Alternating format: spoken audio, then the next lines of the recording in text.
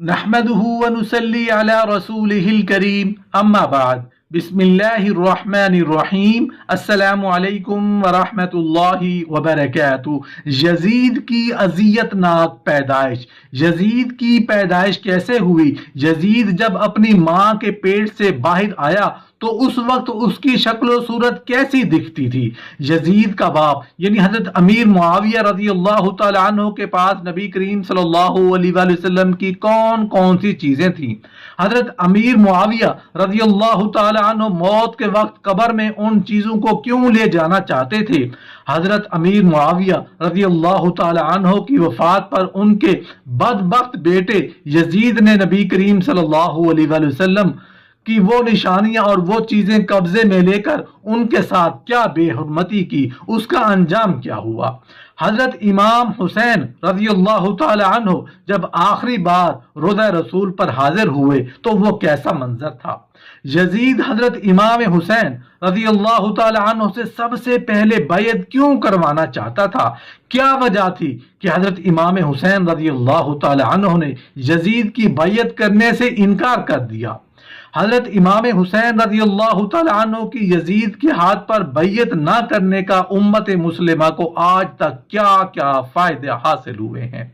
اور آنے والے امت محمدیہ کو اس کو کیا فائدہ ہوگا؟ محترم ناظرین، یزید بن معاویہ ابو خالد اموی وہ بد نصیب شخص ہے جس کی پیشانی پر اہل بیت علیہم الرضوان کے بے گناہ کا سیاہ داغ ہے، اور جس پر ہر زمانے میں دنیا اسلام ملامت کرتی رہی ہے، اور قیامت تک اس کا نام تحقیر کے ساتھ لیا جائے گا۔ 59 ہجری میں حضرت ابو ہریرہ رضی اللہ تعالی عنہ نے دعا فرمائی، یا رب عز و جل، میں تجھ سے پناہ مانگتا ہوں 60 ہجری کے آغاز سے اور لڑکوں کی حکومت سے۔ اس دعا سے معلوم ہوتا ہے کہ حضرت ابو ہریرہ رضی اللہ تعالی عنہ جو حامل اسرار تھے، انہیں معلوم تھا کہ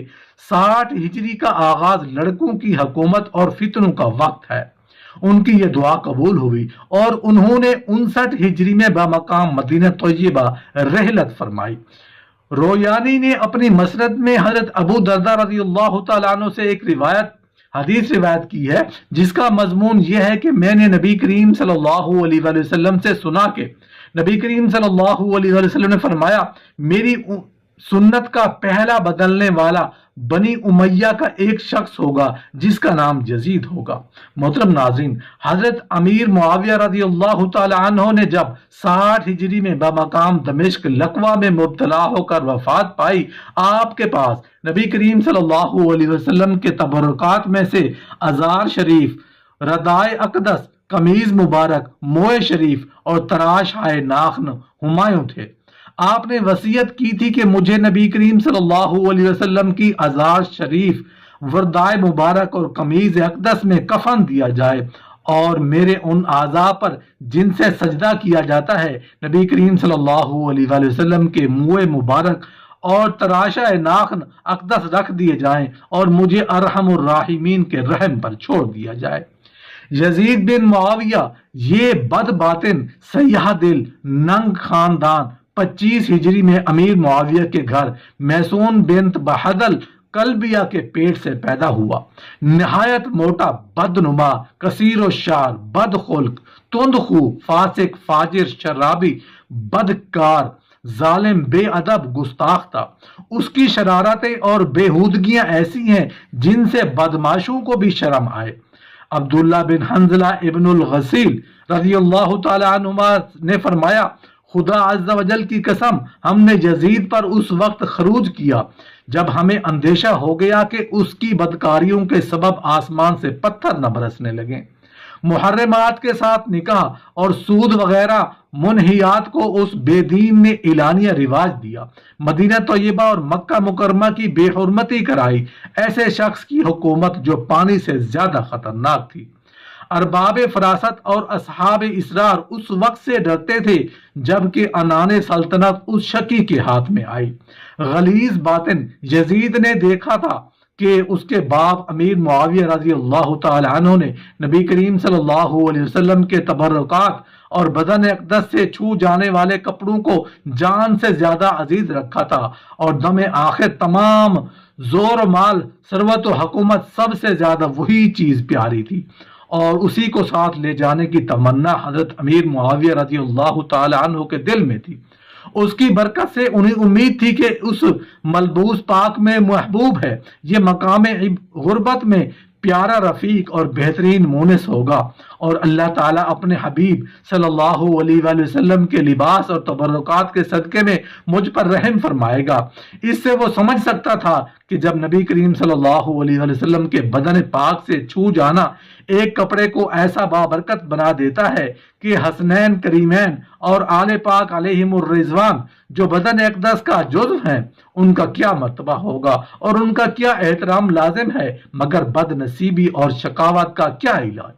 محترم ناظرین، حضرت امیر معاویہ رضی اللہ تعالی عنہ کی وفات کے بعد یزید تخت سلطنت پر بیٹھا، اور اس نے اپنی بیعت لینے کے لیے اطراف و ممالک سلطنت میں مکتوب روانہ کیے۔ مدینہ طیبہ کا عامل جب یزید کی بیعت لینے کے لیے حضرت امام حسین رضی اللہ تعالی عنہ کی خدمت میں حاضر ہوا تو آپ نے اس کے فسق و ظلم کی بنا پر اس کو نااہل قرار دیا اور بیعت سے انکار فرمایا۔ اسی طرح حضرت زبیر رضی اللہ تعالی عنہ نے بھی، حضرت امام حسین رضی اللہ تعالی عنہ جانتے تھے کہ بیعت کا انکار یزید کی اشتعال کا باعث ہوگا اور نابکار جان کا دشمن اور خون کا پیاسا ہو جائے گا، لیکن حضرت امام حسین رضی اللہ تعالی عنہ کے دیانت و تقوی نے اجازت نہ دی کہ اپنی جان کی خاطر نااہل کے ہاتھ پر بیعت کر لیں اور مسلمانوں کی تباہی اور شرع و احکام کی بے حرمتی اور دین کی حرمت کی پرواہ نہ کرے، اور یہ امام جیسے جلیل الشان فرزند رسول سے کس طرح ممکن تھا؟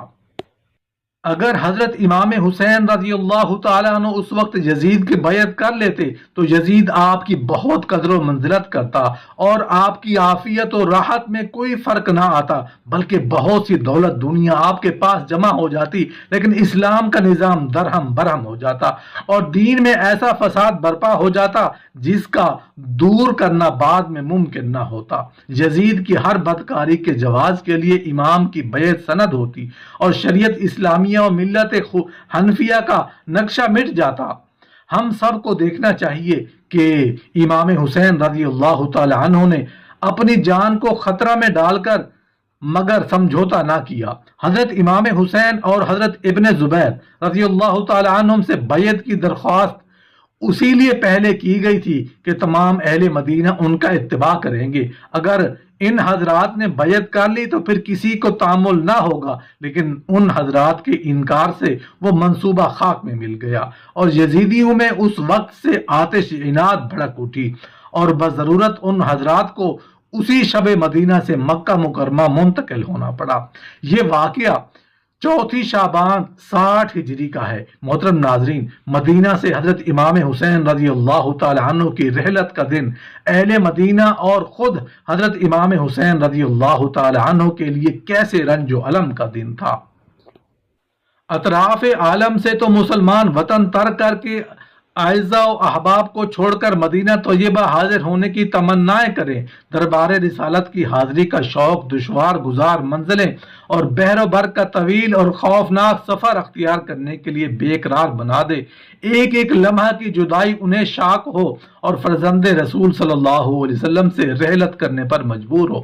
اس وقت کا تصور دل کو پاش پاش کر دیتا ہے جب حضرت امام حسین رضی اللہ تعالیٰ عنہ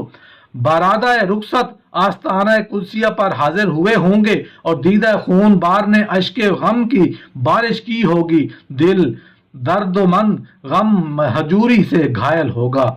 جد کریم علیہ السلام کے روضہ طاہرہ سے جدائی کا صدمہ حضرت امام رضی اللہ تعالی عنہ کے دل پر رنج و غم کے پہاڑ توڑ رہا ہوگا۔ اہل مدینہ کی مصیبت کا بھی کیا اندازہ ہو سکتا ہے۔ دیدار حبیب کے فدائی اس فرزند کی زیارت سے اپنے قلب مجروح کو تسکین دیتے تھے۔ ان کا دیدار ان کے دل کا قرار تھا۔ آج یہ قرار دل مدینہ طیبہ سے رخصت ہو رہا ہے۔ امام علی مقام رضی اللہ تعالی عنہ نے مدینہ طیبہ سے بہزار غم اندوہ بادل ناشادار رحلت فرما کر مکہ مکرمہ اقامت فرمائی۔ اللہ پاک سے دعا ہے کہ ہمیں نبی کریم صلی اللہ علیہ وآلہ وسلم، صحابہ کرام، حسنین کریمین اور قرآن و سنت کی اتباع کرنے کی توفیق عطا فرمائے، نبی کریم صلی اللہ علیہ وآلہ وسلم کے نقش قدم پر چلنے کی توفیق عطا فرمائے۔ حسنین کریمین نے اور صحابہ کرام نے جس دین کو بچانے کے لیے اپنے جانوں کے نذرانے پیش کیے، ہمیں اس دین پر استقامت نصیب فرما، ہمیں 5 وقت کا نمازی بنا، ہمارے آنکھوں میں شرم و حیا پیدا فرما، حلال رزق کمانے اور کھانے کی توفیق عطا فرما۔